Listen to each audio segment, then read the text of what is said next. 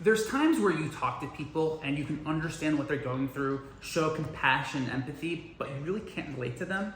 And then there's times you get to talk to people and you not only show empathy, but you can also just relate to them so much more. And I don't think I can remember the last time I had such a relatable conversation with somebody. I have a lot of identity crisis issues being, a first generation born in America where all my friends were born here. So none of them really related to me growing up. And now that I'm 33, I still have crisis issues. And it was so beautiful to also talk to someone who had the same upbringing as me, however, just really embraced the beautiful differences and tried to incorporate it in her work, in her art, in her personal life, that I was just so proud that I was able to capture that in my photography. And I was so proud of her, even though I don't know her that well, and I was also a little jealous, and I really wanted to be more like her. So I was really happy to hear somebody go through those issues, and I was also just really proud of this interview.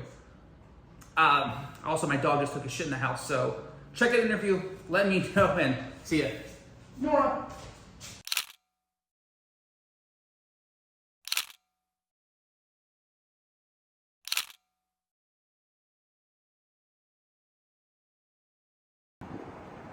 Hi, thanks for being out here. I'm just gonna dive right in just from our preliminary call.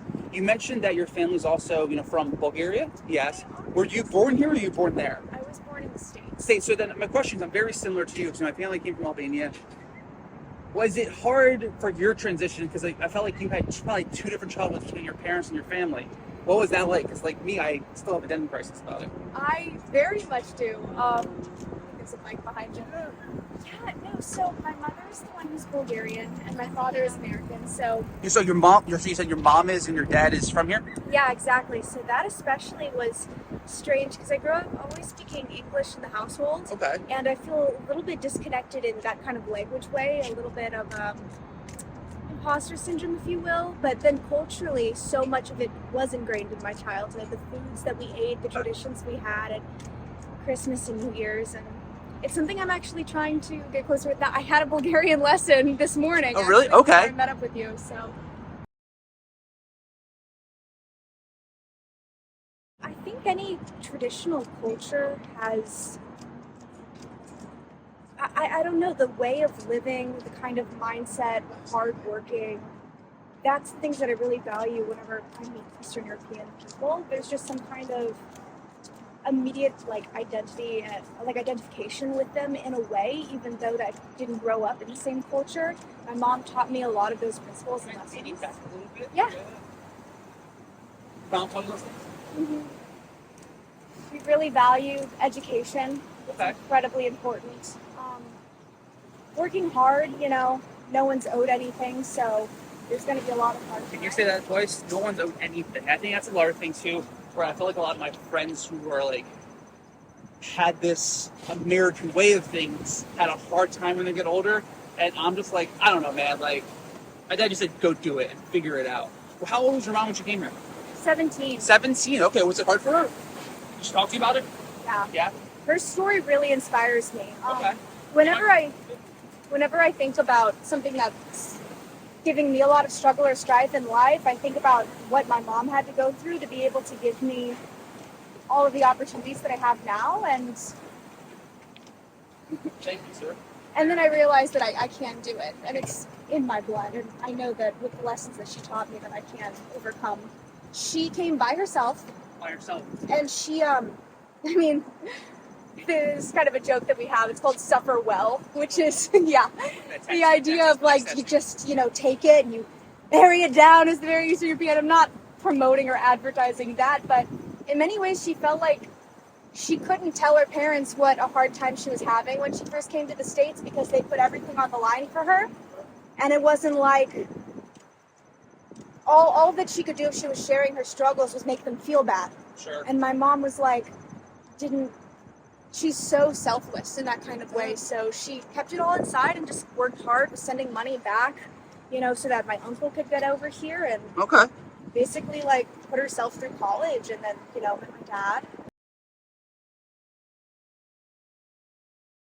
Your dad a traditional where's he from? Texas. Texas, he's a traditional Southern guy? Yeah, Yeah? he has a big Southern accent. Yeah. He's interesting because his dad's actually an immigrant from Mexico.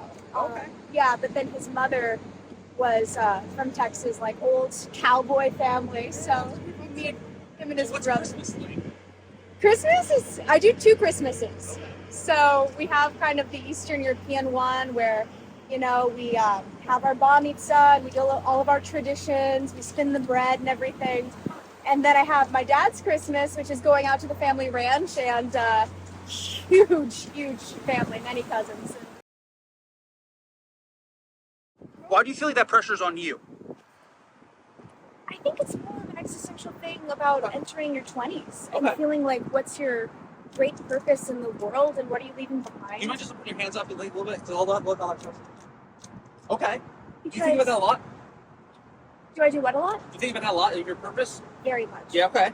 I think So what was your purpose early on and how's your purpose changed since?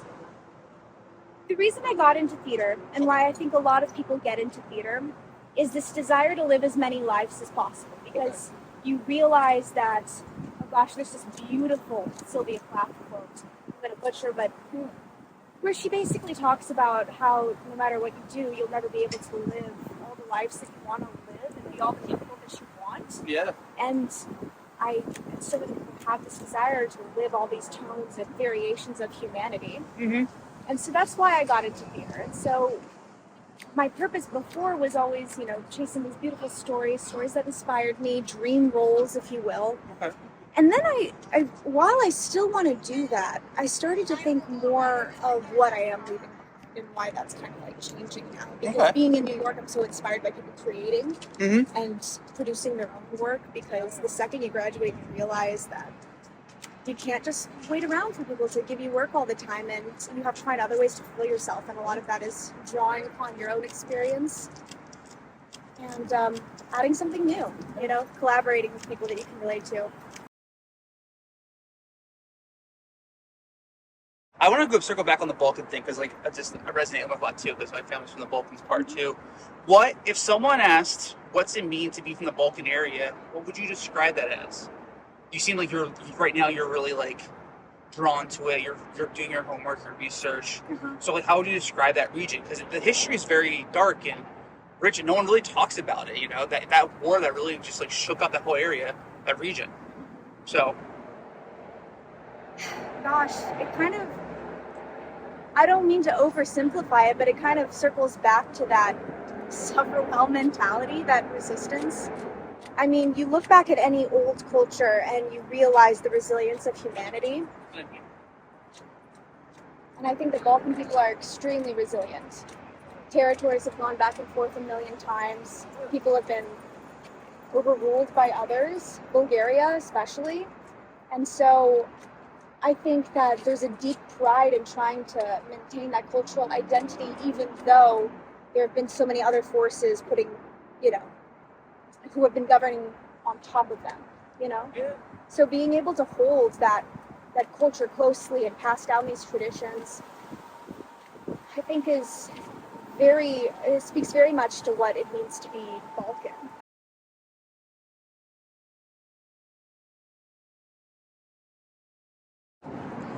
So that's 10. I like to finish up on like a good note.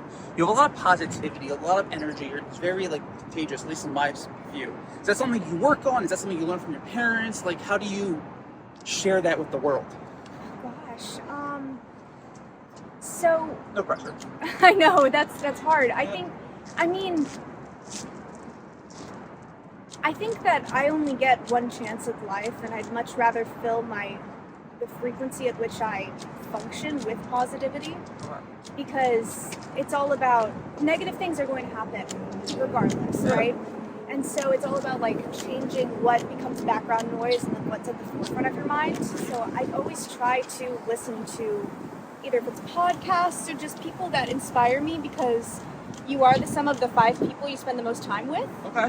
Whether or not that's even people that you know in real life, that's also everything that you consume. So that is what I choose to consume. Life isn't easy, so you try to find the positive in it always, because it can also be very, very difficult. While you spin around, can you tell me one more time? That spin you just did, and we'll turn right there.